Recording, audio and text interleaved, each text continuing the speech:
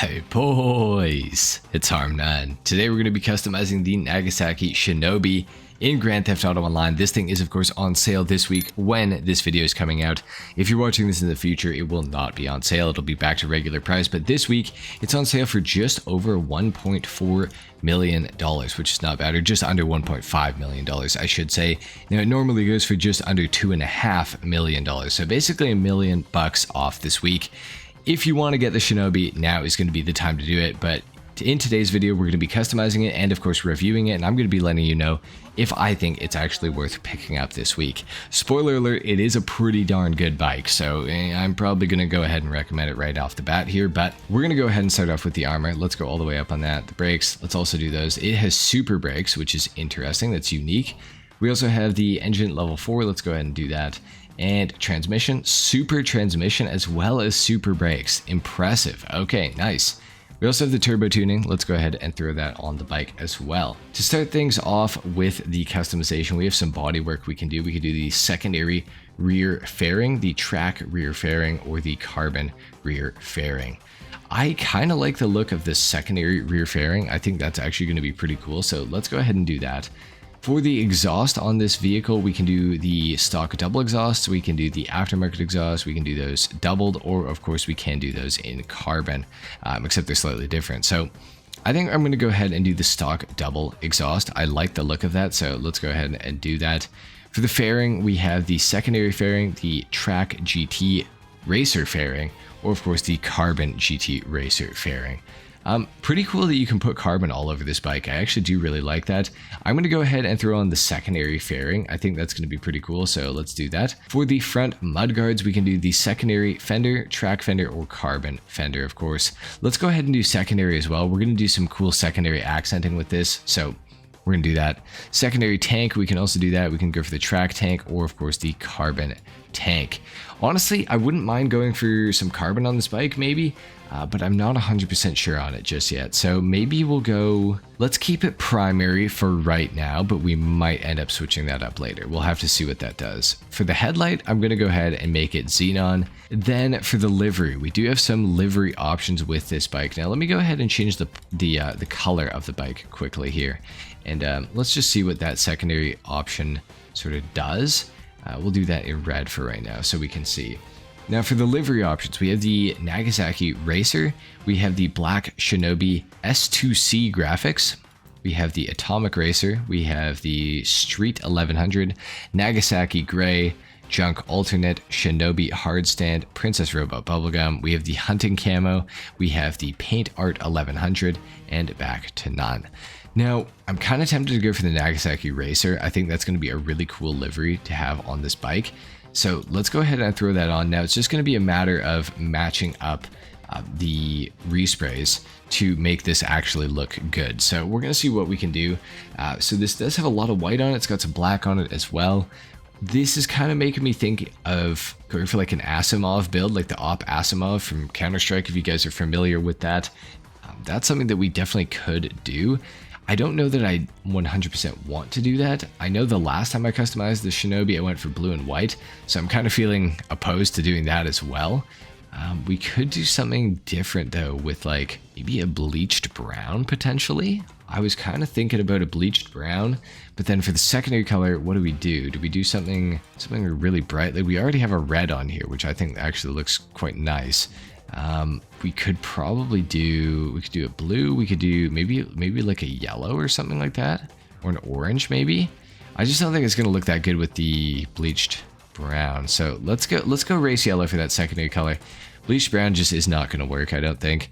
We got to go for something different. So let's see what we can find here. You know, what could be kind of interesting is actually going for like an olive green bike. Maybe we just go double olive green. I feel like that's kind of a sick look for this actually. And then we could do maybe a bleached brown pearlescent on the olive green. That looks kind of nice. We could also do gold, which is another good option, or we could do white, maybe bleached brown. Let's do bleached brown on the olive green. I think that actually looks kind of sick. I'm pretty happy with how that's turned out. So we'll do that. Next up, we got the wheels. This is the final thing we can do. let's see about the wheels. Is there anything that looks really good? I'm not gonna lie, I know absolutely nothing about motorcycles. I'm gonna go ahead and put on the snowflake wheels though, because I think that they have like sort of a nice you know, like spoke setup. So we'll go for that. We'll do those in black, I think. And then for the tires, we will go bulletproof, of course. We could also go for a tire design. Not a big fan of it though, so we'll just avoid that. And that is all we can do to the Nagasaki Shinobi. I still think it looks pretty good. I'm pretty happy with how this has turned out. Let's go ahead and take it outside. Of course, we got to do a little bit of a sound test, and then of course we got to get into the review on the Shinobi as well. So let's go ahead and just take a listen to the Nagasaki Shinobi.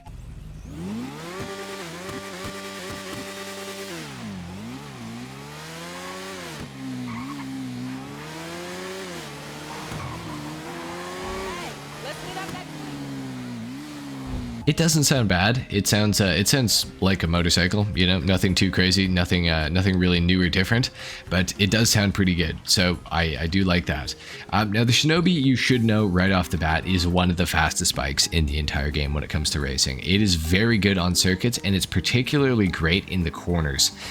It gains a lot of speed in the corners, and it also has a pretty good wheelie, if I'm not mistaken. We will be testing this, of course, in just a minute here, once we get on some more straight roads. But the Shinobi is really quick. It's one of the best motorcycles in the entire game, easily. It's probably, I would say, top 3, depending on if you have HSW available on your platform and the HSW Hakuchu drag, because that thing is absolutely cracked. It's the fastest land vehicle in the game. It's insanely good. But the Shinobi still would put up, you know, somewhat of a decent fight, even despite having HSW on the Hakuchu drag, because it does handle a little bit better. It's got a little bit of a tighter turning circle. It's just slightly more responsive than the Hakuchu drag. Now, a lot of people compare the Shinobi to the Bati 801. The Bati is, of course, $15,000, and the Shinobi is $2.5 million. I can't honestly say there's enough of a difference between the two in terms of performance to justify the, you know, insane price increase. The Shinobi does have more customization, and it's just maybe a little bit of a better looking bike. It is slightly faster. It does do things slightly better than the Bati, but for the difference in price, I can't necessarily say it's a worthy purchase. But that's not to say that the Shinobi is bad. Obviously, it is, you know, going to be good for $2.5 million, as it bloody well should be. But it's not a bad bike. It does have nearly an infinite wheelie, which is pretty sick. It will eventually touch the wheels down when you get up to like some super high speeds, and then it's not going to wheelie anymore. But as far as low speeds go, it can wheelie for quite some time. But like I said earlier, this thing gains a lot of its speed through corners. That is where the Shinobi absolutely shines. That's where it does, you know, its best work, is in the corners, competing with things like the Nagasaki Shotaro, which is a slightly better motorcycle than the Shinobi, unfortunately, and it is a relatively similar price. In fact, I think the Shotaro is actually cheaper than the Shinobi, if I'm not mistaken, by about 200 grand. So do keep that in mind as well, because the Shinobi does get outperformed by the Shotaro on motorcycle tracks with twistier circuits. As far as free mode goes, I think the Shinobi is just generally a little bit of a better motorcycle. I don't think that the Tron motorcycle, the Shotaro, is that great in free mode. It's just really good at racing, but other than that, yeah, I think the Shinobi pretty much beats it in every other way. So do keep that in mind for sure. But the Shinobi, solid bike. It's one that's, you know, worthy of picking up. If you can get it this week while it's on sale too, that's going to make it a lot more worth it, in my opinion. I think on sale, I think for 1.5 mil, you can't really go wrong with picking up this bike. You're still going to, you know, go very fast on it and everything. It's going to do everything that you want it to do. And it's going to do a good job of it too. So, you know, the Shinobi, honestly, good bike.